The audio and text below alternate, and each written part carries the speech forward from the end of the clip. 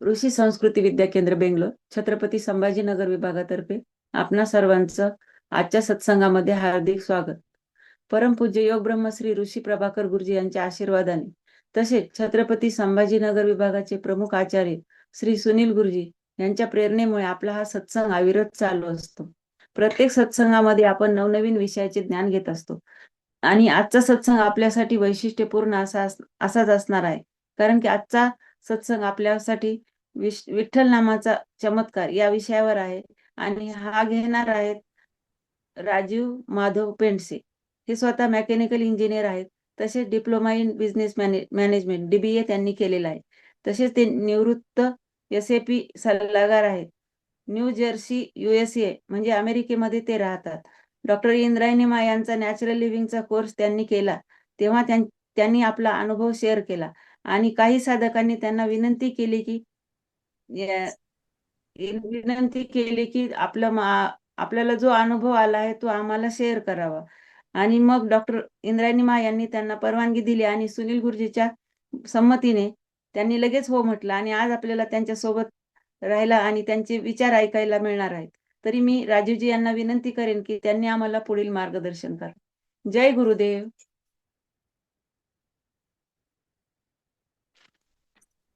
जय गुरुदेव. राजीवजी नमस्कार. नमस्कार. माझं बॅकग्राऊंड मी आधी सांगतो माझ्या हेल्थचं की म्हणजे मला काय काय आधी हे होतं आणि मी काय काय आधी करत होतो. तर मला हृदयविकाराची फॅमिली हिस्ट्री आहे, तशी डायबिटीसची फॅमिली हिस्ट्री आहे. मला देवाच्या दयाने अजूनपर्यंत डायबिटीस वगैरे काही झालेलं नाही आहे, पण हृदयविकार बाकी मला झाला. आणि त्याकरता मी खरं म्हणजे 2000 सालपासून म्हणजे जवळजवळ आता गेली 25-26 वर्ष मी दर वर्षाआड स्ट्रेस टेस्ट करून घेत होतो.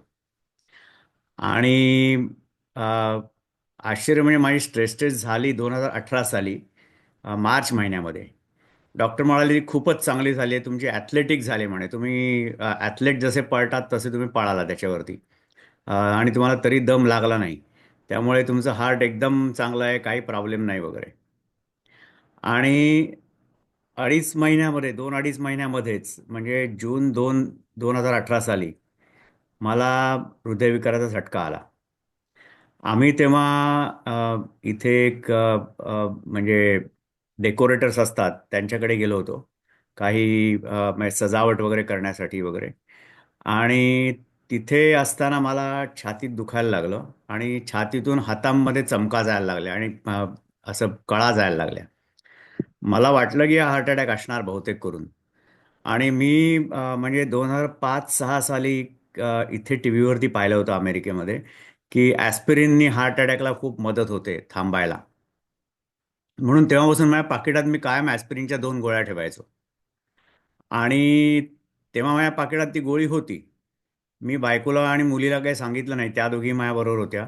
मी आपला सांगितलं मी जरा बाहेर जातो थोडं, आणि बाहेर गेलो आणि ती ॲस्पिरिन तोंडात धरून चावून ती जिभेखाली विरघळून खाल्ली. म्हणजे ती खायची पद्धत असते.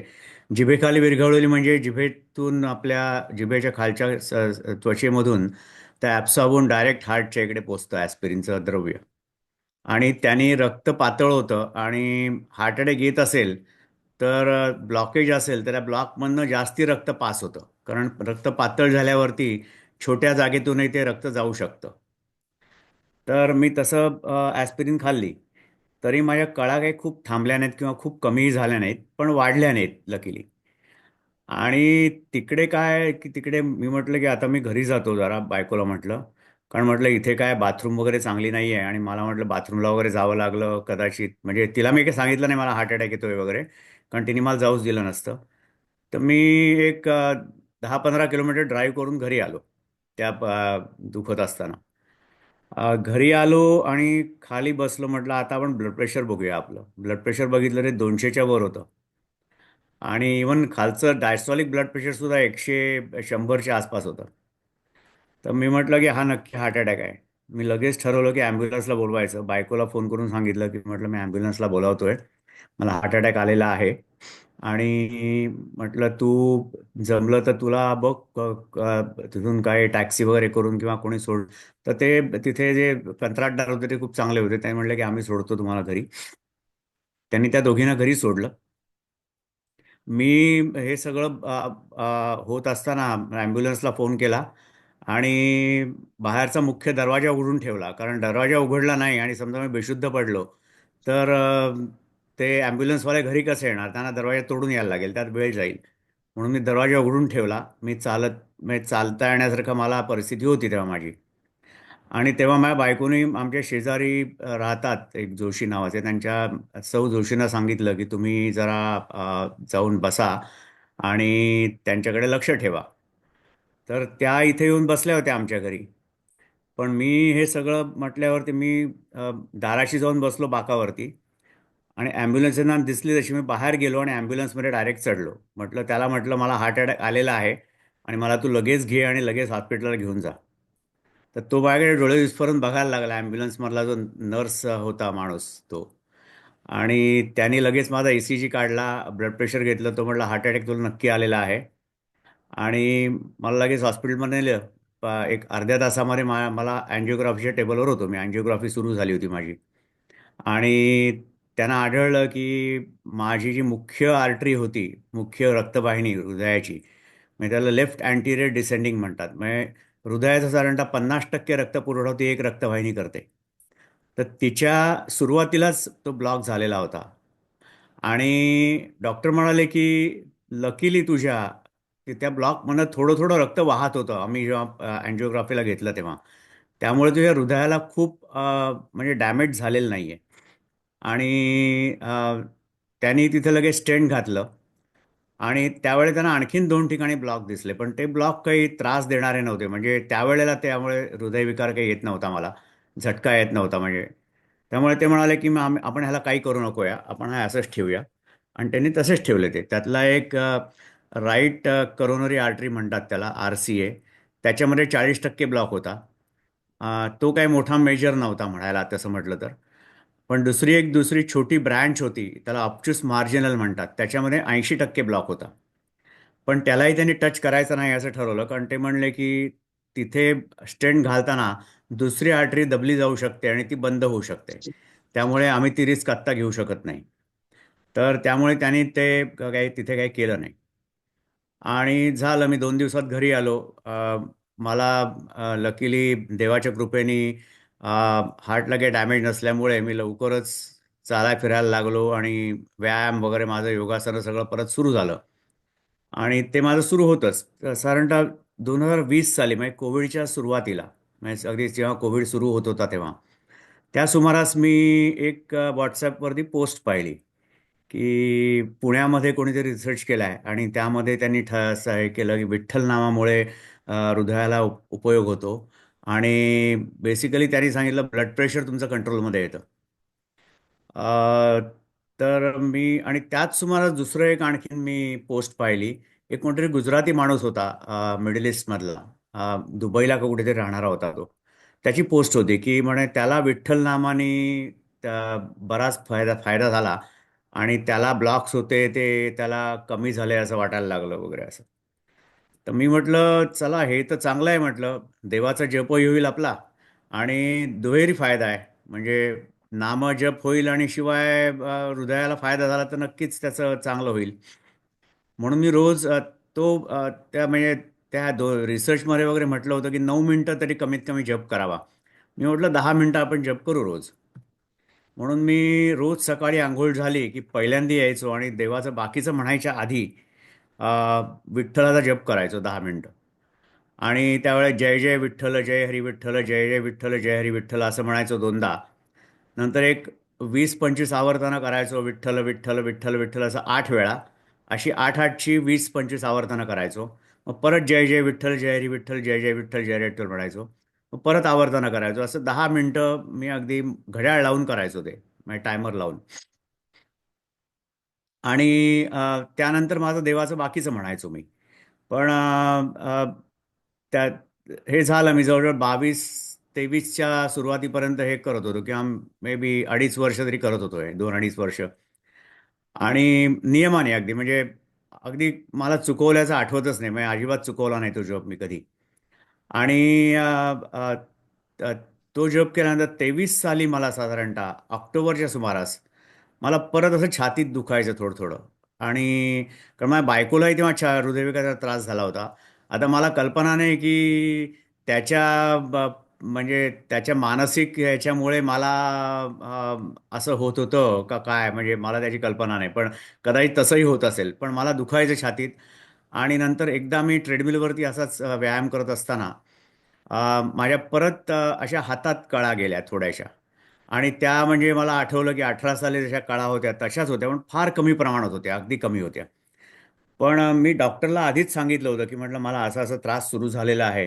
तर तो म्हणला तुला 5.5 वर्ष झाले स्टेंट घालून आता, तर आपण हवं तर एकदा तुझी अँजिओग्राफी करून टाकू, कारण बाकी कशामध्ये काय नक्की कळत नाही. कारण तुला स्ट्रेस टेस्टमध्ये मागच्या वेळी तुझा अनुभव आलेलाच आहे की स्ट्रेस टेस्ट ॲथलीट आल्यानंतर देखील तुला हार्ट अटॅक आला 2 महिन्यामध्ये. तर म्हटलं ठीक आहे करूया, म्हणून त्याने अँजिओग्राफी वगैरे कॅलेंडरवर टाकली की म्हटलं आपण करूया वगैरे असं. पण इन द मीन टाईम मला ट्रेडमिलवर त्रास झाला आणि त्यानंतर त्या दिवशी संध्याकाळपर्यंत परत त्रास झाला. मग दुसऱ्या वेळी सकाळी उठलो तरी मला थोडं थोडं दुखत होतं. मग मी म्हटलं आता आपण हॉस्पिटलमध्ये जाऊया. परत मी ॲम्ब्युलन्स बोलावली, हॉस्पिटलमध्ये गेलो. त्याच डॉक्टरना परत बोलावलं. ते म्हणाले आपण लगेचच तुझी अँजिओग्राफी करू. त्यांनी संध्याकाळची लगेच अँजिओग्राफी कॅलेंडरवर टाकून दिली. संध्याकाळी ते आले. 5च्या सुमारास अँजिओग्राफी सुरू झाली. माझी बायको, मुलगा आणि मुलगी तिघेही जण बाहेर बसले होते वेटिंग एरियामध्ये. आणि ते डॉक्टर त्यांना सांगून आत गेले की आता मी जातोय अँजिओग्राफी करायला, तुम्हाला काय असेल ते लगेच सांगतो येऊन मी, झालं रे झालं की. तर ते डॉक्टर गेले आतमध्ये आणि हे सगळे जागा बघत होते बसायला कुठेतरी. आता छान बसूया, 1.5-2 तासाची निश्चिंती आहे आता. कारण अँजिओग्राफी, मग स्टेंट लागलं तर स्टेंट घालतील, मग ते सगळं रिकव्हरी वगैरे सगळं होईपर्यंत 1.5-2 तास कमीत कमी सहज जातील, कारण 3 तासही जातील, म्हणून ते जागा शोधत होते बसण्यासाठी. आणि तेवढ्यात ते जागा त्यांना मिळाली आणि ते बसायला जाणार एवढ्यात डॉक्टर बाहेर आले. तर माझ्या बायकोच्या छातीत धस्स झालं. ती म्हणाली की अरे बापरे, म्हणजे काहीतरी मेजर प्रॉब्लेम झालेला दिसतोय, कारण एवढ्या लवकर डॉक्टर आले म्हणजे बहुतेक त्यांना काही करता येण्यासारखं नाही आहे. म्हणजे बहुतेक बायपास करायला सांगतात की काय आता. कारण मेजर ब्लॉक असेल तर स्टेंट घालू शकत नाहीत त्या ठिकाणी ते. आणि मग बायपास सांगतात करायला. तर तिला धस्स झालं, पण डॉक्टर अगदी शांत होते आणि त्यांच्या चेहऱ्यावर स्माईल होतं. आणि ते म्हणाले, ते आले आणि म्हणाले अहो मी आज आश्चर्य पाहिलं एक, म्हणे मी असं कधी केस पाहिलीही नाही कुठची आणि ऐकलीही नाही आहे अमेरिकेमध्ये माझ्या अनुभवामध्ये. म्हणे यांचे ब्लॉक्स म्हणे निम्मे झालेत. म्हणे यांना काहीच करायची गरज नाही. छातीत का दुखलं याचं आपण नंतर बघूया काय कशाने दुखलं असेल. म्हणे हे कदाचित काही टेन्शन आलं असेल, काही झालं असेल म्हणूनही दुखलं असेल. पण म्हणे यांना हृदयाला काही त्रास नाही आहे आता. म्हणे यांचा जो म्हणजे त्यांनी आधी मी जेव्हा त्यांच्याशी अपॉइंटमेंट घेऊन बोललो होतो तेव्हा ते म्हणाले होते की तुझा जो ओ एम मधला जो ब्लॉक आहे, अपचूस मार्जिनल आर्टरीमधला 80%, तर ती आर्टरी बहुतेक आता बंद झाली असेल. नंतर म्हणे राईट करोनरी आर्टरीमधला जो ब्लॉक आहे 40% होता, तो आता 60-80% झाला असेल, त्याला कदाचित स्टेंट घालावं लागेल. आणि म्हणे तुझं स्टेंट जे आधी घातलं होतं ते कदाचित आता बरंचसं भरलं असेल तिकडे आणि बंद होत आलं असेल. तर म्हणे म्हणून तुला हे सगळे सिमटम येत आहेत असं ते म्हणाले होते मला आधी. पण ते म्हणाले की म्हणे स्टेंट तुझा म्हणे काल घातल्यासारखा अगदी क्लिअर आहे, म्हणे एकदम स्वच्छ आहे, म्हणे अजिबात त्याच्यावर काही पुटं चढलेली नाही आहेत. म्हणे तो ओ एममधला 80% ब्लॉक 40% झाला आहे. आणि राईट कॉर्नरी आर्टरीमधला म्हणे 20% म्हणायचं म्हणून मी म्हणतो, पण म्हणे मला तो काही ब्लॉक खरा दिसत नाही आहे तिथे नीट. तर म्हणे आपण म्हणूया तो 20% झाला आहे, पण म्हणे कदाचित तो नसेलही तिकडे आता. अ, तर म्हणजे सगळ्यांनाच आश्चर्य वाटलं, म्हणे हे कसं काय झालं. तर मी त्या डॉक्टरांना सांगायला लागलो विठ्ठल, पण ह्यांना कुठे विठ्ठल नाम वगैरे, इथे कुठे डॉक्टरना काय म्हणजे विठ्ठल नामाचं वगैरे काय. ते म्हणले तू जे काय करतोयस ते करत राहा, म्हणे ते तुला गुण देत आहे आणि म्हणे तुझं चांगलं होत आहे. तू म्हणे असंच चालू ठेव, म्हणे तुझे पूर्ण आहेत ते पण निघून जाईल सगळं, म्हणे. तर मी आता नंतरही ते चालू ठेवलेलंच आहे. पण आता दुसरी केस सांगतो माझ्या बायकोच्या बाबतीत. आम्ही दोघेही 18 सालपासून व्हिगन डाएटवर आहोत. व्हिगन म्हणजे वनस्पतीजन्य आहार, फक्त म्हणजे वनस्पतीजन्य पदार्थ घ्यायचे. दूध दुभतं काही नाही. आम्ही नॉनव्हेज तर आधीही खात नव्हतो.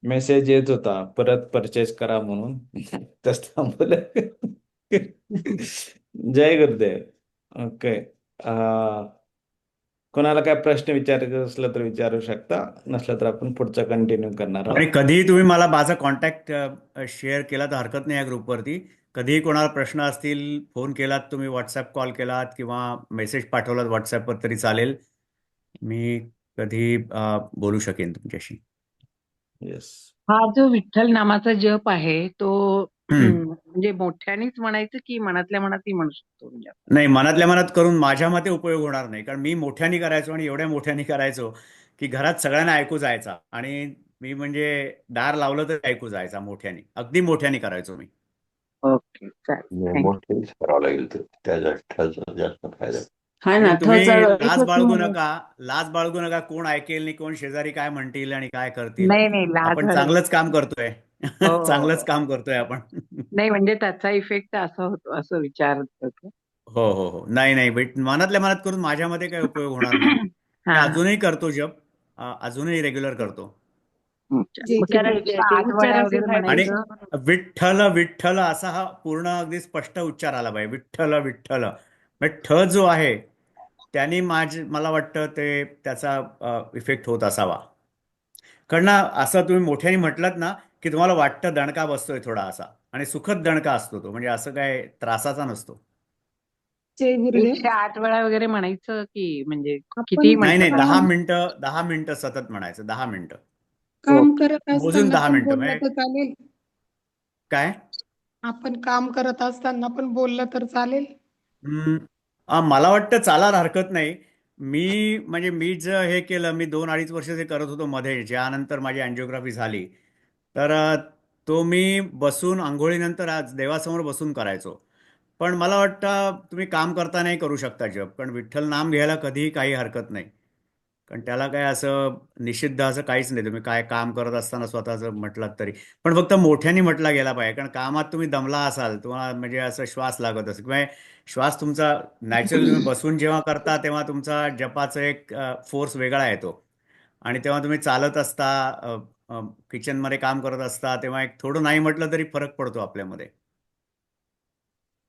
मला गुरुदेव. वाटतं की मनाची एकाग्रता जेव्हा मंत्राने येते ना, तर त्यावेळेस आपण हम्म. ज्यावेळेस बसून करतो तो जास्त इफेक्टिव्ह राहील. हा. जय आणि गुरुदेव. परत तो मोठ्याने झाला पाहिजे चांगला, म्हणजे खूप मोठ्याने झाला पाहिजे. म्हणजे असं असं अगदी हळू विठ्ठल विठ्ठल असं पण नाही. विठ्ठल विठ्ठल म्हणजे असं जोरात म्हटलं पाहिजे, असं त्याला झटका आला पाहिजे चांगला. ते जय जय विठ्ठल जय हरी विठ्ठल हे असं किती वेळा? ते मी 2 वेळा म्हणतो. कि इस चैनल पे जय जय सो हम विठ्ठल जय जय विठ्ठल. मग जय जय विठ्ठल रखुमाई, जय जय विठ्ठल रखुमाई असं 4 वेळा, असं 2 वेळा म्हणतो. 4-4 2 वेळा म्हणतो. आणि नंतर मग विठ्ठल विठ्ठल विठ्ठल विठ्ठल असं 8 8 8 8 असं एक 25 आवर्तनं, 30 आवर्तनं, 20 ते 30 आवर्तनं अशी करतो. मग परत जय जय विठ्ठल जय हरी विठ्ठल. विठ्ठलाला जय जयकारही झाला पाहिजे ना मध्ये, तो एवढा आपल्याला नमस्कार, मैं कृपा हूं डॉक्टर श्वेता। करतोय, नाही का. हो. धन्यवाद. मी राजीवजींचा नंबर दिलाय चॅटमध्ये, या ज्यांना कोणाला पाहिजे त्यांनी घ्यावा. चॅट मध्ये टाकलंय मान्य. जय गुरुदेव राजीवजी. जय गुरुदेव. हॅलो. हा, एक अनुभव हां शेअर करायचा होता माझाच, की तुम्ही तर हां विठ्ठल नामाचा जप छान सांगितला आणि ते जाणवलं स्पंदन, बरं का. तर माझ्या हम्म, मिस्टरांची पण एन्जिओप्लास्टी झाली होती आणि हां त्याच्यानंतर आम्हाला SY भेटला आणि रेग्युलर प्राणायाम मेडिटेशन हे सगळं करत होते. तर हम्म, अक्षरशः सिग्मा हॉस्पिटल मधले डॉक्टर पण चकित झाले होते की असं काय करतोय, की गोड्या मेडिसिन कमी झालं. हां त्याच्यानंतर हां हां. हळूहळू त्या बंद झाल्या हम्म, आणि त्याच्यानंतर प्रगती तर चालू झाली, पण प्रगती झाली की लोकांना थोडंसं हे वाटतं, तर त्यांनी सगळ्या साधना सोडून दिल्या आणि त्यांना इथे तुम्ही म्हणतात तसं मानेच्या भोवती त्यांचं ते पण ब्लॉक झालं होतं. त्याच्यानंतर ते खूप खचले आणि गेले, बापरे, सॉरी. 2016ला गेले. हम्म. तर एकच आहे की ही कन्सिस्टंट कशामध्ये पण असलं तर त्याचा फायदा हम्म, नक्कीच होतो.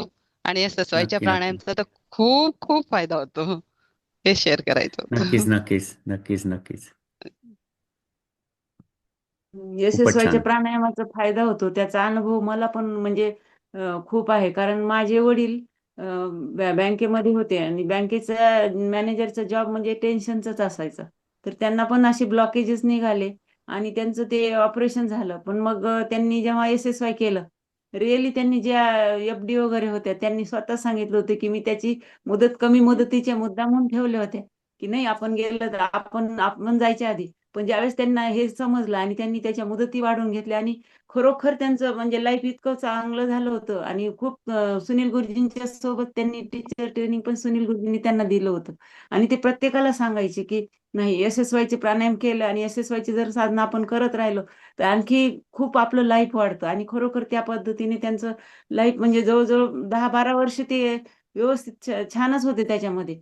म्हणजे अनफॉर्च्युनेटली त्यांचा ऍक्सिडेंट झाला आणि त्यामध्ये ते गेले, नाही तर आजपर्यंतही ते असे राहिले असते. आणि तरतरीत अगदी 4ला उठून फिरायला जाणं, त्यांची दिनचर्या त्यांनी इतकी छान जसं गुरुजींनी सांगितलं ना, मग मध्ये मी जरी काही सांगायला गेले ना असं, नाही नाही मला सुनील गुरुजींनी जे सांगितलं तसं मी करणार आहे. बिलकुल ते अगदी म्हणजे एक दिवसही टाळत नव्हते. अगदी ज्या ज्या दिवशी म्हणजे विशेष म्हणजे माझे लहान मेहुणे एक्सपायर झाले आणि दुसऱ्या दिवशी आम्ही सगळे झोपलेलो होतो. मला जाग आली ते त्यांच्या धौती क्रिया करीत होते तेव्हा, की म्हणजे इतकं त्यांनी की नाही आपल्याला जे करायचे ते आपल्या जीवनासाठी होणाऱ्या घटना घडत जाणार आहे. इतकं त्यांनी अंगीकारलं होतं. पण आमचं दुर्दैव की ते ऍक्सिडेंट मध्ये गेले. पण मला एवढंच म्हणायचं की खरोखर आपण जर साधनेमध्ये राहिलं तर कुठलाही आजार आपल्याजवळ येतच नाही आणि किंवा आलेला असला तरी राहत नाही. जय गुरुदेव. बरोबर आहे, अगदी बरोबर आहे.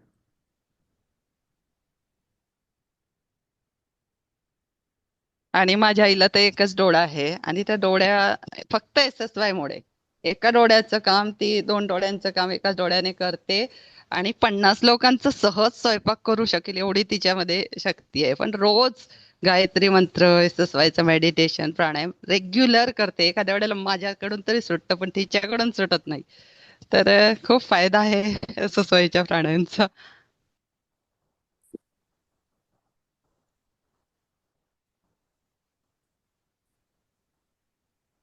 नाही मलाही SSYचं बघा शिकायला आवडेल. म्हणजे आत्ताच मी जोडला गेलो याच्यामध्ये. मी ॲक्च्युली योगासनं करतो. सकाळी आम्हाला एक भारतातून एक टीचर ऑनलाईन शिकवतात. तर त्या कैवल्यामध्ये आधी होत्या आणि आता त्याने त्या लोणावळ्यातून बाहेर गेल्यामुळे त्या स्वतःचं त्यांनी सुरू केलं आणि त्यांनी मला हा ॲक्च्युली आत्ता इंद्राणी महा जो कोर्स घेत आहेत तो त्या कोर्सबद्दल सांगितलं आणि म्हणून मी त्या कोर्सला जॉईन झालो आणि मला SSY मला काहीच माहीत नव्हतं आधी. अं, आपले सुनील गुरुजी ऑनलाईन घेत असतात. सध्या त्यांची बॅच चालू आहे आणि आपल्या अच्छा इंद्रायणी मा ग्रुपवर टाकतात की ज्या ज्या वेळेस बॅच असणार आहे त्यावेळेस. अच्छा ओके नक्कीच नक्की हो. जय गुरुदेव. मी ही SSY शी 1996 मध्ये मी केलेला आहे आणि बीज जो रोवला गेला ना, मला असं वाटायचं की SSY चा फॉलोअप झाला पाहिजे. पण आपल्या आतमध्ये जर बीज रोवला गेला, तर तुम्ही किती करताय, किती नाही करत आहे. पण ते तुम्हाला एवढं काम करतं ना, आजीवन म्हणजे जीवनपर्यंत ते तुमचं साथ निभावतं. आणि प्रकृती पण तुम्हाला चांगल्या चांगल्या गोष्टीशी परत जोडतो. कारण इंद्रायणी माशी मला अचानकच मला लिंक आली आणि मी जोडले गेले.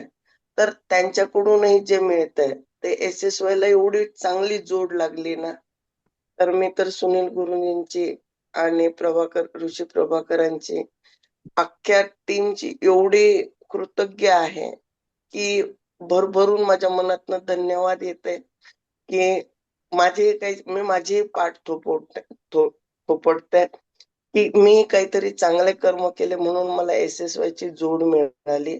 गुरुजी खूप खूप आभार. धन्यवाद.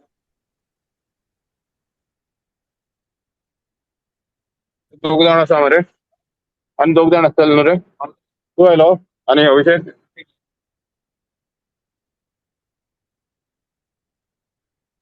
जय गुरुदेव. येस. सो जय गुरुदेव. अजून काय विचारायचं सुनील असेल? गुरुजी बोलतायत. सुनील हा गुरुजी बोलताय, बोला. कोणी बोलत आहेत का? गुरुजी बोला तुम्हीच. नाही. सगळ्यांची जय इच्छा आहे की तुम्ही बोलावं. नाही बोलायचं काय नाही. एवढं छान सांगत आहे. नाही मला असं वाटत होतं की गायत्री मंत्राचं जे इम्पॅक्ट आहे ते रिसर्च केलेले डॉक्टर श्वेता त्यांच्याबद्दल थोडंसं प्ले करावं असं मला वाटत होतं. हा ते 5 मिनिटाचा आहे. मग त्याचा एक्सपिरियन्स ते सांगत आहे वगैरे. आणखी नो डाऊट आपण करत आहोत, पण त्यांनी सायंटिफिकली थोडंसं रिसर्च करून ते सांगत आहेत ते थोडंसं ऐकलेलं बरं राहील. मग नंतर आपण बघू. मग जेणे कोणी युजली थोडंसं सत्संगला उशीर येणं किंवा त्यांना वाटतं की हा मंत्र काय आहे, काय उपयोगाचं नाही, असं एक ट्रेड चाललेला आहे. पण त्याचं इम्पॅक्ट कसं होतं ते युजली दिसून नाही येत. ओके. पण नंतर नंतर ह्याला थोडंसं वेळ लागतो त्याचा रिझल्ट येण्यासाठी.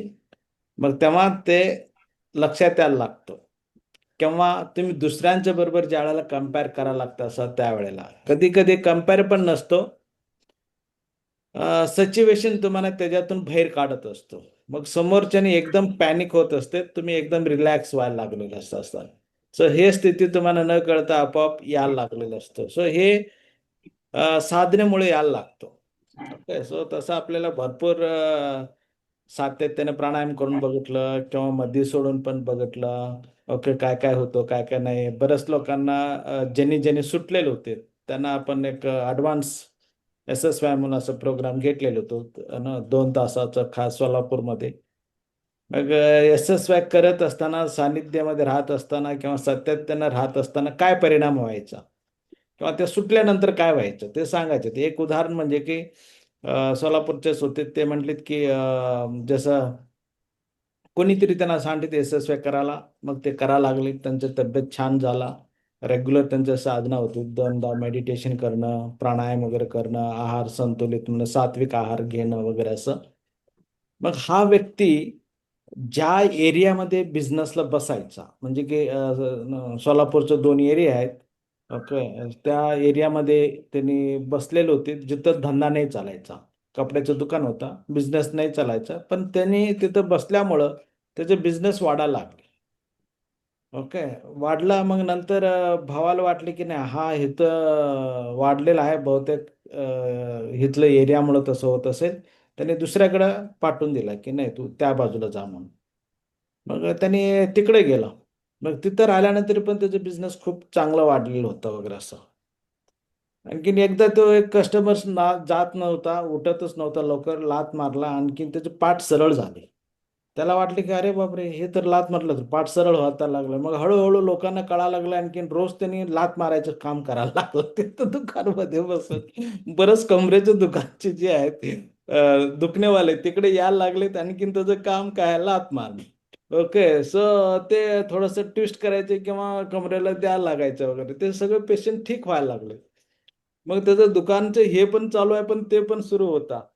मग नंतर नंतर एकदा तोच कोलॅप्स झाला. म्हणजे तो खूप डिस्टर्ब व्हायला लागला थोडा दिवसानंतर, महिन्यानंतर वगैरे असं. मग त्याचं कंडिशन असं आलं की घरामध्ये सगळं डिस्टर्बन्स सुरू झालेलं होतं मुलींच्या बाबतीत वगैरे, स्वतःचं हेल्थच्या बाबतीत वगैरे. त्याला असं वाटलं की तो सुसाईड करायला पाहिजे. आणखी नेमकं त्यावेळेला हा प्रोग्राम घेतलेलं होतं. मग त्याने म्हटलं की तुम्ही बरोबर वेळेला माझ्या जीवनामध्ये परत आला वगैरे असं त्याने सांगत होते. मग तेव्हा त्याला रिअलायझेशन झालं की सुरुवातीला जे साधना केलेलं असतो किंवा मेडिटेशन वगैरे जे काय रेग्युलर असतो तो करत होता त्यामुळे त्याला रिझल्ट येत होता. मग जसं पेशंटला पण लाथ मारला ते ठीक व्हायचा, पण ते सगळं काम करता करता स्वतःचं साधना सोडून गेलेलं होतं. ओके. सो त्यामुळे त्याची शक्ती कमी होत गेली. आणखीन त्याला सगळं मेंटल डिस्टर्बन्स सुरू व्हायला लागलं. ओके. तर त्यामुळं हा सातत्य ठेवणं हा अतिशय महत्वाचा आहे हा प्रोसेसमध्ये. ओके. सो तिथं परत SSY मध्ये परत आला, परत मेडिटेशन करायला लागला, प्राणायाम करायला लागला, व्यवस्थित त्याचं जेवण सुरू व्हायला लागलं, जे काय डिस्टर्बन्स होतं घरचं वगैरे सगळं मोकळं व्हायला लागले. सो ह्याच्यामध्ये सांगायचं तात्पर्य असंच आहे की तुम्ही काहीतरी पैसे कमवतो बँकमध्ये ठेवत असता पण कमवतच नाही बँकमध्ये खर्च करत असेल तर संपून जातो. ओके. सो तसं सातत्य हा की पॉइंट आहे. ओके. कुठलंही पण करा. ओके. सो सातत्य आहे ना. एक देवकर कोणते एक व्यक्ती होते, संस्कृत टीचर वगैरे होते. त्यांनी येऊन सांगितलं की भगवद्गीतामधला सो प्राणायाम ते सांगत होते की हे याच्यामध्ये उल्लेख आहे वगैरे असं. तर याच्यामध्ये की पॉइंट एवढंच आहे की ते सातत्य करत असल्यामुळे रिझल्ट यायला लागतो. ओके. सो विठ्ठल नामस्मरण असून देत किंवा गायत्री मंत्र जप असून देत किंवा मृत्युंजय जप मंत्र असून देत, ते कुठले पण. ओके. सो ह्याच्यामध्ये हा का आहे म्हटलं की कुठल्या व्यक्तीला कशासाठी काय मंत्र आहे ते वापरलं जात असतं. ओके. सो त्याच्यामुळे ते खूप छान रिझल्ट यायला लागतो. सो बुद्धिमत्ता वगैरे पाहिजे असेल तर गायत्री मंत्र चालू असतो. शरीर स्वास्थ्य वगैरे चांगलं पाहिजे असेल तर मृत्युंजय मंत्र चालू असतो. किंवा संपत्ती वगैरे पाहिजे असेल तर श्री सूक्त वगैरे हे पण चालू व्हायला लागतो वगैरे असं. ओके. किंवा ललित सहस्रनाम आहे किंवा विष्णू सहस्रनाम आहे. ओके. भरपूर आहेत ह्याच्यामध्ये. आणखीन आपण सर्वांनी अनुभव घेतलेला आहोत. ओके. सो मंत्राची इम्पॅक्ट कसं होतं. सो गुरुजींचे जे क्लास होतं ओम क्लास. ओके. मांडलिक उपनिषद मधला उल्लेख केलेला आहे. सोपं, सिम्पल, इफेक्टिव्ह. ओंकार म्हणत असेल तर त्याचा परिणाम काय होतो. ओके. सो मला एक प्रसंग आठवतो. बँकमध्येच ते कामाला होते संभाजीनगरमध्ये. ते म्हणलेत की माझ्या वडिलांचं वय झालेलं आहे पण असं असं आहे मग काय करायचं, ऑपरेशन वगैरे सांगत आहेत वगैरे. मी म्हटलं की काय नाही 108 वेळे ओंकार चॅन्टिंग करायचं. जसं आता हे विठ्ठलाचं जसं सांगले तसं चॅन्टिंग त्यांना सांगितलं की कसं करायला पाहिजे वगैरे. मग ते खूप छान रिझल्ट आला. मग त्यांना काय ऑपरेशन करावं नाही लागलं. सो रिझन की SSY साधारण 2 महिन्यानंतर वगैरे तिकडे व्हायचे. तर त्या तिकडे यायचं असलं तर 2 किंवा 3 महिन्यापर्यंत वाट बघायचे. अगोदरच बुकिंग करायचे. मग एकदा बॅच संपला मग 2-3 महिन्यापर्यंत तिकडे नाही व्हायचं. सो तेवढ्यापर्यंत हे कंटिन्युटी त्यांनी ठेवले गेलेले होते ते वगैरे असं. सो आपण शरीरमधलं वेगळं वेगळं स्तर कसं ऍक्टिव्हेट केलं जात असतं. शरीरच्या वेगळ्या वेगळ्या भागामध्ये कसं प्राणशक्ती पोहोचवलं जातं. तिथलं सगळं ऊर्जा कसं वाढवायचं आहे ते आपण SSY मध्ये समजतं. आणखीन एस्पेशली ओंकार. सो येत्या क्लासमध्ये होणार आहे. बऱ्याच जणांचे ते झालेलं आहे. ओके. सो ओंकार हा एक स्पेशल क्लास आहे. सो त्याच्यामध्ये उ ब हा 3 अक्षर आहेत. त्याचं स्थान आहे देवतांचा ना, ब्रह्म विष्णू महेश्वर. ओके. सो ह्याच्यापासून जसं आपलं ऊर्जा वाढून घ्यायची आहे. कुठलं ऊर्जा वाढतो हे डेलीमध्ये. फॉर एक्झाम्पल सकाळी उठत असताना आपण रोज स्वप्न बघतो. ओके. दिसतो आहे ना. आणखीन सारखं नाही दिसत. म्हणजे की कधी रामेश्वरमध्ये असाल, कधी कन्याकुमारीमध्ये किंवा तुम्ही कधी वाराणसीमध्ये असाल. ओके. कधी अमेरिकामध्ये असाल. हे स्वप्न जे पडत असतो ना ते रोज सारखं असतो का? नाही. नाही राहत. ओके. रोजचं वेगळंच असतो. म्हणजे की आपण ब्रह्मदेवाचं काम करत असतो. रोज काहीतरी निर्माण करत असतो. ओके. सो मग सकाळी उठल्यानंतरचे रुटीन आहे. कुणाचं काम करावं लागतं? विष्णूचं काम करावं लागतं. विष्णूचं काय काम आहे? मेंटेनन्स. ते सकाळी उठल्यानंतर झाडू मारायचं आहे, भांडी घासायचं आहे, मग नंतर कपडे धुवायचे असेल, घरचं आवराआवरी करायचं असेल, स्वयंपाक करायचा असेल, खाऊ घालायचं असेल, हे रोजच आहे. आणखीन जेनी कोणी मिस्टर कामाला जात असेल किंवा दुकानवाला असेल, सो दुकानमध्ये गेलं तर कस्टमर्स येते, सगळं मटेरियल घेऊन जातात. पुन्हा ते मटेरियल संपला, परत त्यांनी कुठून तरी घेऊन येतो होलसेलवाल्याकडून, परत इथं डब्यामध्ये ठेवतो, परत दुकानामध्ये ठेवून विकायला लागतो. म्हणजे की ते विकत असल्यामुळं त्याचं काय होत आहे? मेंटेनन्स होत आहे. आणखीन त्याच्याबरोबर लक्ष्मी येते का नाही येते? लक्ष्मी पण यायला लागते. मग पैसा पण यायला लागतो. कधीतरी दुकान उघडायचं, कधीतरी बंद करत राहायचं असेल, पण इन्कम येणार आहे का? नाही येणार आहे. सो कन्सिस्टन्सी म्हणजे की कस्टमरला कळतं की बाबा हा आहे रोज. कधीतरी उघडून बंद करत असेल, कोणाला वाटत नाही त्याचं काही खरं नाही, आपल्याला काय तिकडे जायची गरज नाहीये. उगाच आपला वेळ जाणार आहे म्हणून ते कस्टमर असलेला तो पण जात नाही. आणखीन दुसऱ्यांना पण सांगायला लागतो की नाही तिकडे नका जाऊ. ते काय खरं नाही, चालू आहे का बंद आहे हे आपल्याला काय सांगता येणार नाहीये. पण त्या व्यक्तीनं ना ते सातत्य सकाळी 6 वाजता म्हणजे सकाळी 6 वाजता दुकान उघडतो. तुम्हाला दूध पाहिजे असेल किंवा काय पाहिजे असेल तर तिथं तुम्हाला भेटतो.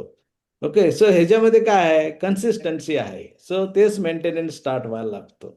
ओके, लक्षात आलं. मग नेक्स्ट जे येतो ते कुठलं आहे, रात्री आपण झोपायला जातो, महेश्वरचं काम करतो. म्हणजे काय, रोजचं काय ताणतणाव घेतलेलं असेल ते सगळं त्याच्यात निघून जातो, झोपेमुळे जातो. ओके, त्यामुळं आपण सकाळी उठल्यानंतर आपण फ्रेश असतो, शारीरिक फ्रेश राहायला लागतो. ओके, मग हा रात्रीच्या वेळेला काय होतं, शिवाचं काम होतं. ओके, शिवाचं काम काय आहे, अज्ञान नाश करणं असतं. ओके, सगळं नाश झालेलं असतं. आहे ना. सो तुम्ही झोपल्यानंतर किंवा आपण झोपल्यानंतर कोणी ब्लँकेट काढून घेऊन गेलं तरी पण लक्षात नाही राहत. ओके, घरात चोरी केलं ते पण कधी कधी लक्षात नाही राहत. सो आपल्यासाठी दुनिया सगळं काय झालेलं आहे, नाश झालेला आहे. सो असं आपल्या जीवनामध्ये ओके ब्रह्म विष्णू महेश्वरचं काम होत असतं. सो हा ओंकारचा हा इम्पॅक्ट आपल्यामध्ये रोजचं चाललेलं असतं. पण जे शक्ती जास्त आपण वाढवून घेतो ते यायला लागतो. किंवा यशस्वी तुम्ही करत असाल, प्राणायाम मेडिटेशन करत असाल, तर हे तिन्ही शक्ती बॅलन्स व्हायला लागतो. तर मला वाटतं की ज्यांनी ज्यांनी यशस्वी करत आहेत किंवा केलेलं आहेत, हे तिन्ही शक्ती वाढलेल्या आहेत. एक म्हणजे ज्ञानशक्ती वाढलेला आहे, म्हणजे विचार करायची क्षमता वाढलेला आहे.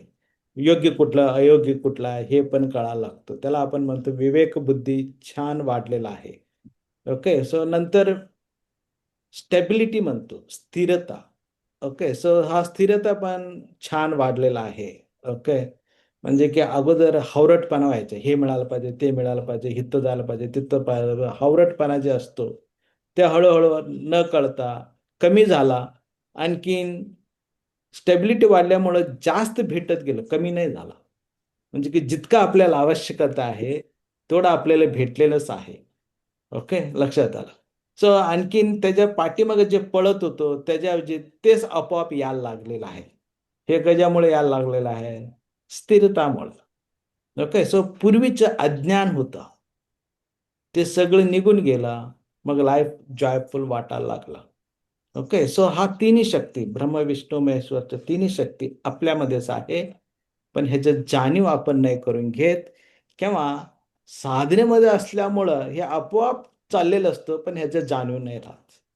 ओके, सो हा मी आनंदी आहे, मी सुखी आहे, मी समाधान आहे, मी समृद्धी आहे. ओके, हे सगळं जे आहे हे थोड्या दिवसानंतर कोणाकोणाला तर कळतो. ओके, मग केव्हा कळतो, त्यावेळेला तो कुठेही पळत नाही. ओके, तो जात असले तरी पण समाधान जातो.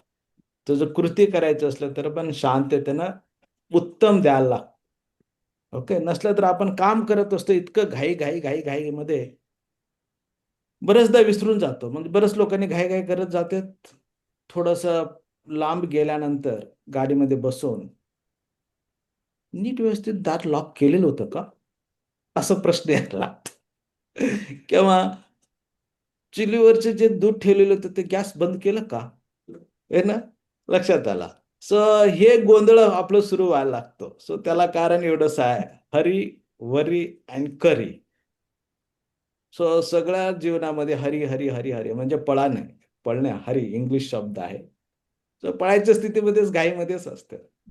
आणखीन हे घाईमध्ये तुम्हाला बघायचं असलं तर रेल्वे प्लॅटफॉर्मवर बघायचं, एस्पेशली मुंबई पुन्हा जे आहे ते सगळी मिनिटावर पळत असतात वगैरे.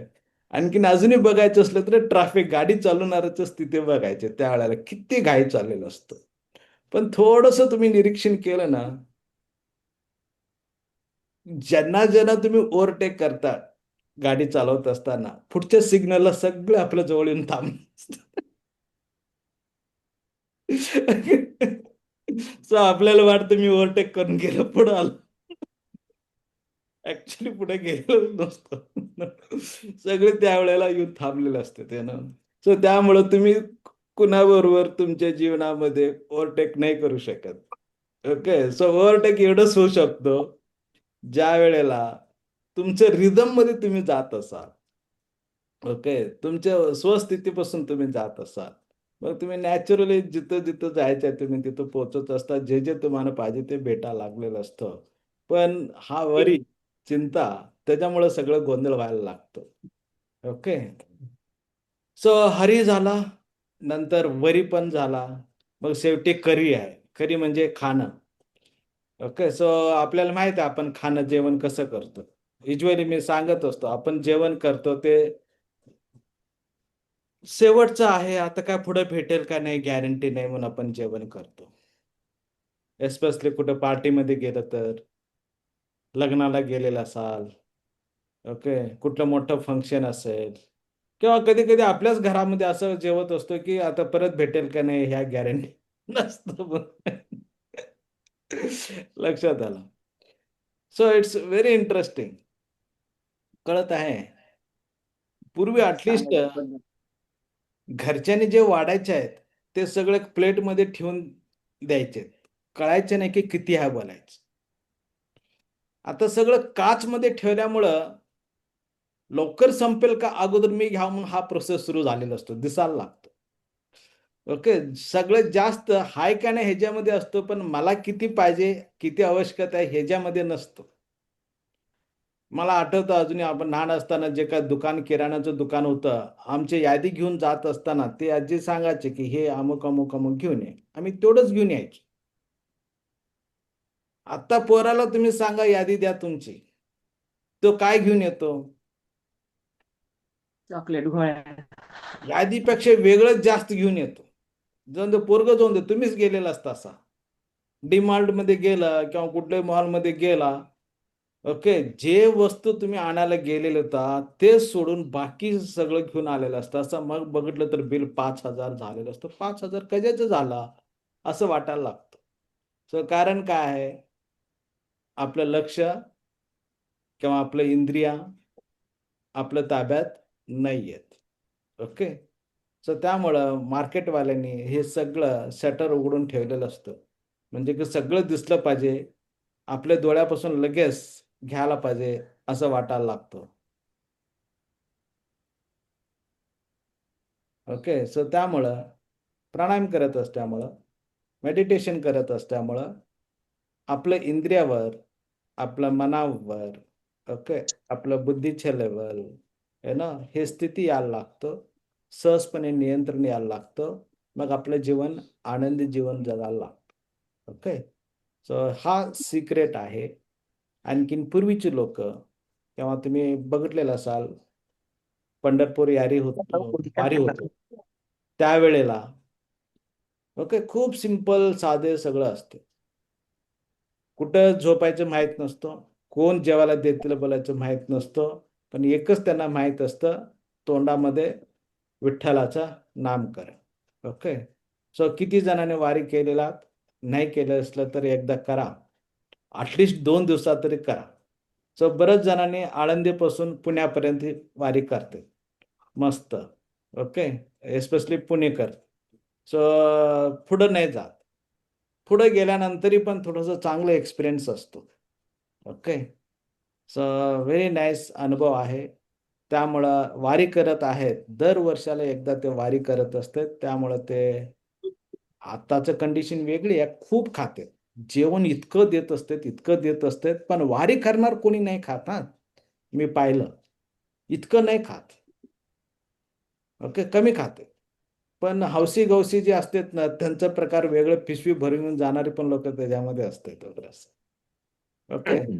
सो जे वारी करत आहेत ते नीट व्यवस्थित है ना, साधना करत, जप करत, कीर्तन करत, ओके, चलत राहत असते. आणखीन त्यांचं स्वास्थ्य चांगलंच असतं, दरवर्षी ते केलं जात असतं. ओके. तर ह्या पद्धतीनं वेगळं वेगळं आहे. तुम्ही ज्या वेळेला नॉर्थ साईडला गेला तर तिथं पण आहे, वैष्णोदेवीला जात असताना जय माता दी, जोर से बोलो जय माता दी वगैरे असं म्हणत म्हणत जात असतं. तिरुपतीला गेला, व्यंकटरमणा गोविंदा गोविंदा म्हणून.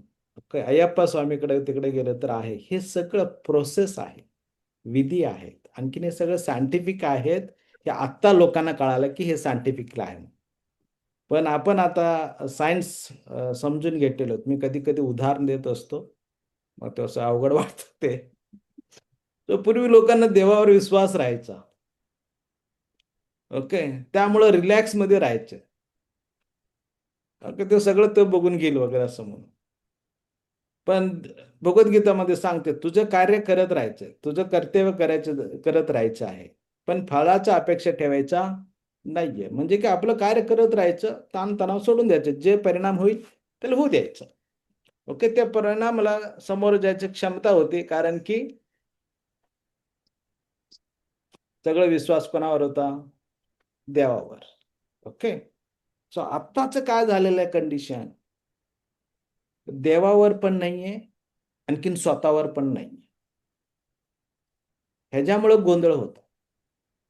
ओके, सो एकावर विश्वास ठेवणे हे अतिशय अतिशय महत्वाचं आहे. ओके, तर मला कोणीतरी एकट्याने प्रश्न विचारलेले होते, मग कोणाकोणावर विश्वास ठेवायचा आहे? म्हटलं की विश्वासशिवाय जीवन चालतच नाही. रोज तुम्ही विश्वासवरूनच चाललेला असता असं. ओके, फॉर एक्झाम्पल तुम्ही कारमध्ये बसला, टॅक्सीमध्ये, तुम्ही काय त्या ड्रायव्हरचं सर्टिफिकेट बघता का विश्वासू आहे का नाही म्हणून? चाललेलं असतं. बस ड्रायव्हरला आपण बघतो का, चेक करतो का विश्वासू माणूस आहे का, गाडी घेऊन जाईल का नाही म्हणून? किंवा एरोप्लेन मध्ये बसलेलो असतो, आपण काय चेक करतो का? नाहीये. ओके, संसारमध्ये नवरा बायकोला अगोदर आपण सर्टिफिकेट घेतो का, नवरा व्यवस्थित आहे का नाहीये, ट्रस्ट वर्दी आहे का नाही, ह्याचे एक सर्टिफिकेट घेऊ मग नंतर मी लग्न करेन म्हणून? नाहीये. So day to day life मध्ये प्रत्येक ठिकाणी विश्वास असतो. ओके, सो ते विश्वास कसं राहायला पाहिजे असलं तर आंजनेयसारखं राहायला पाहिजे, हनुमानसारखं राहायला पाहिजे.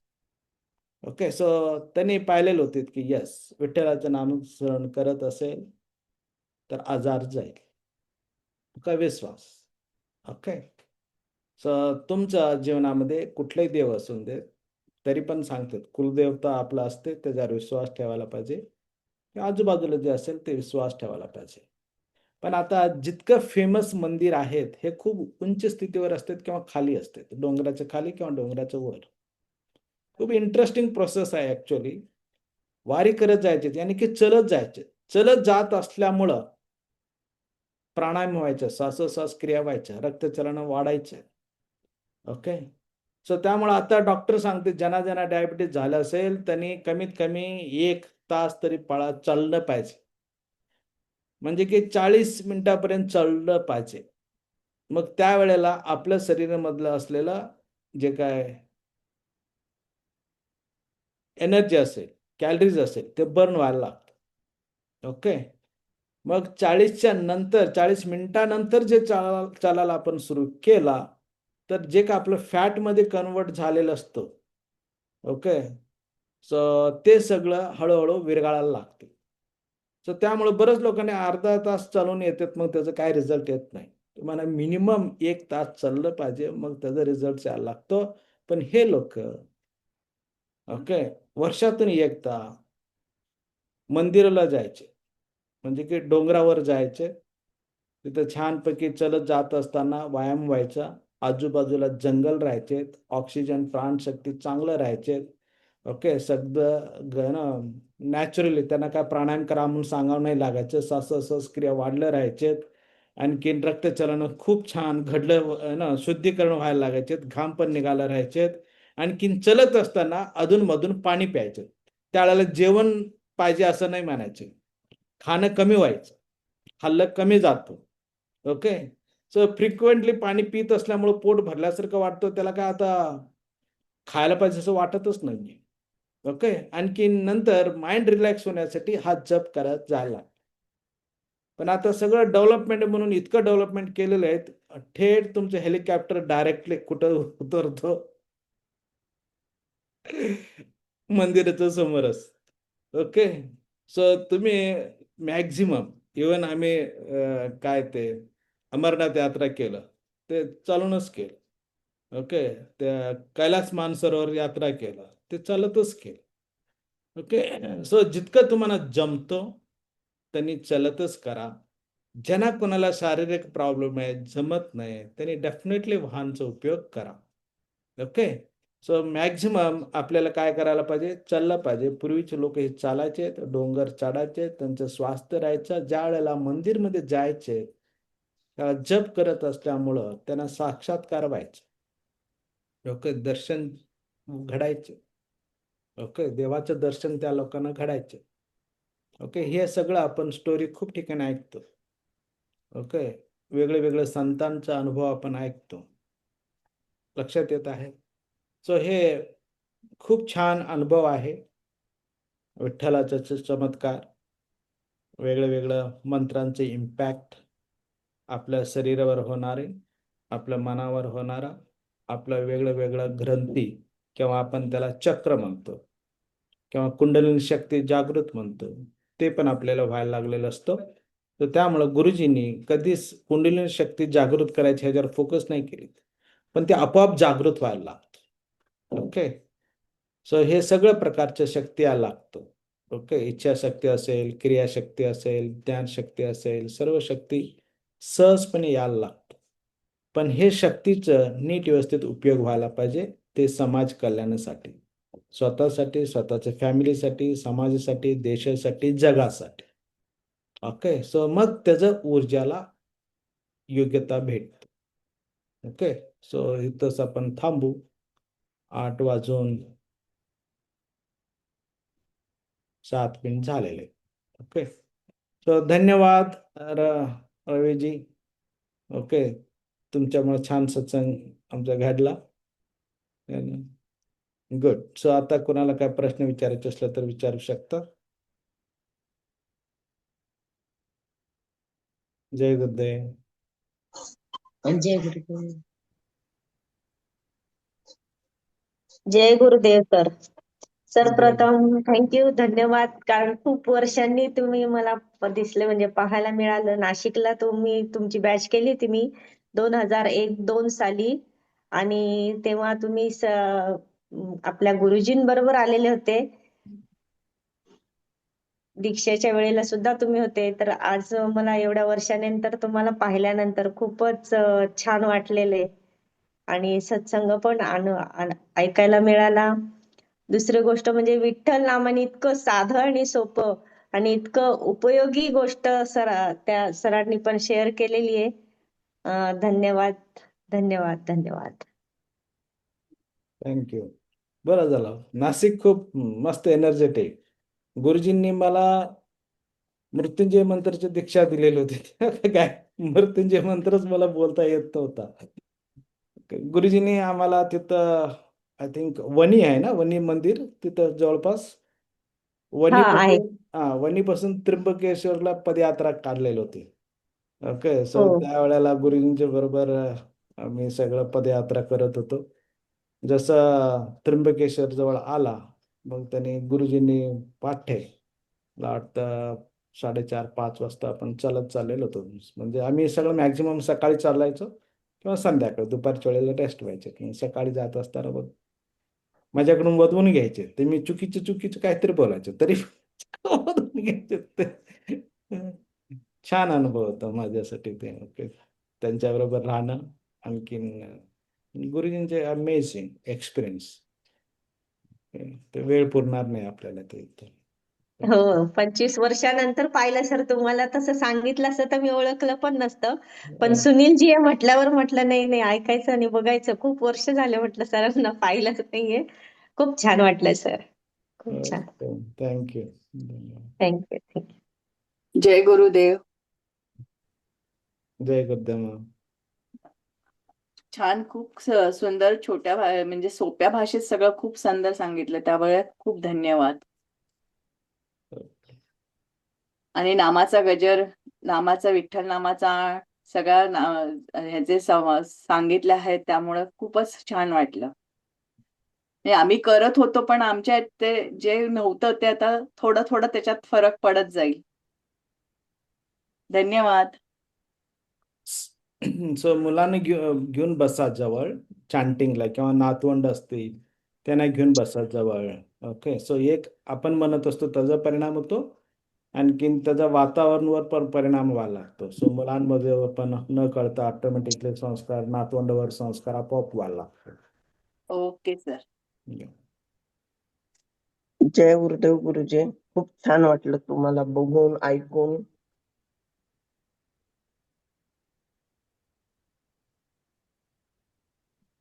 ओके.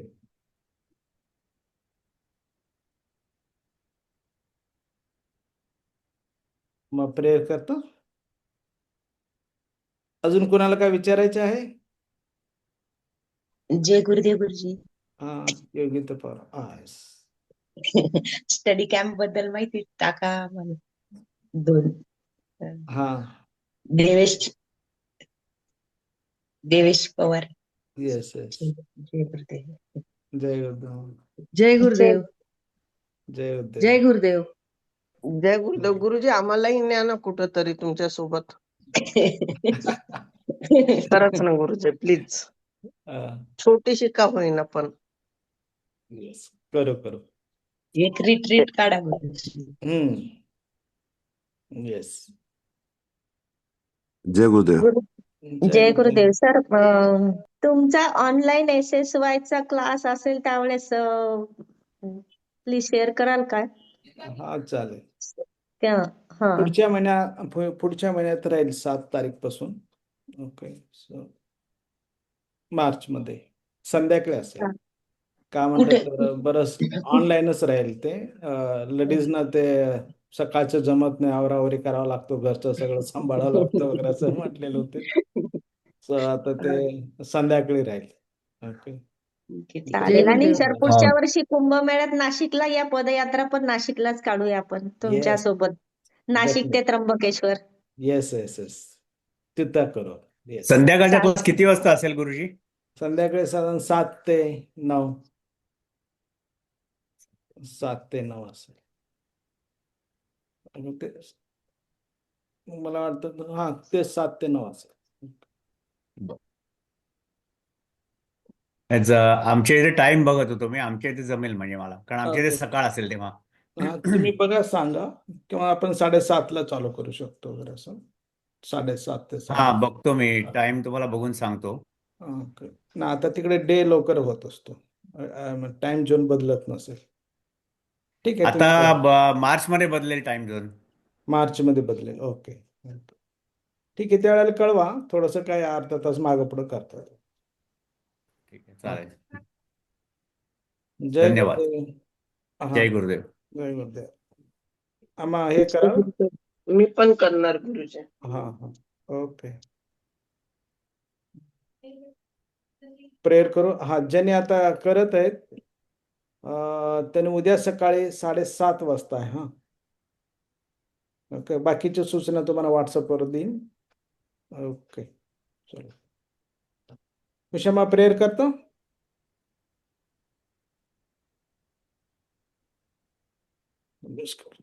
चला आपण प्रेयर करू.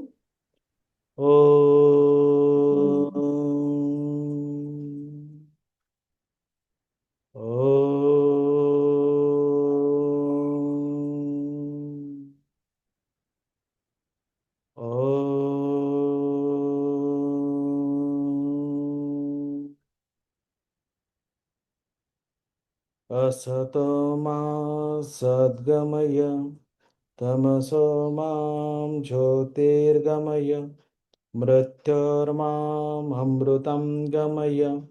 ओम शांति शांति शांति. हरिः ओम. श्री गुरुभ्यो नमः. हरिः ओम. जय गुरुदेव. भेटू परत.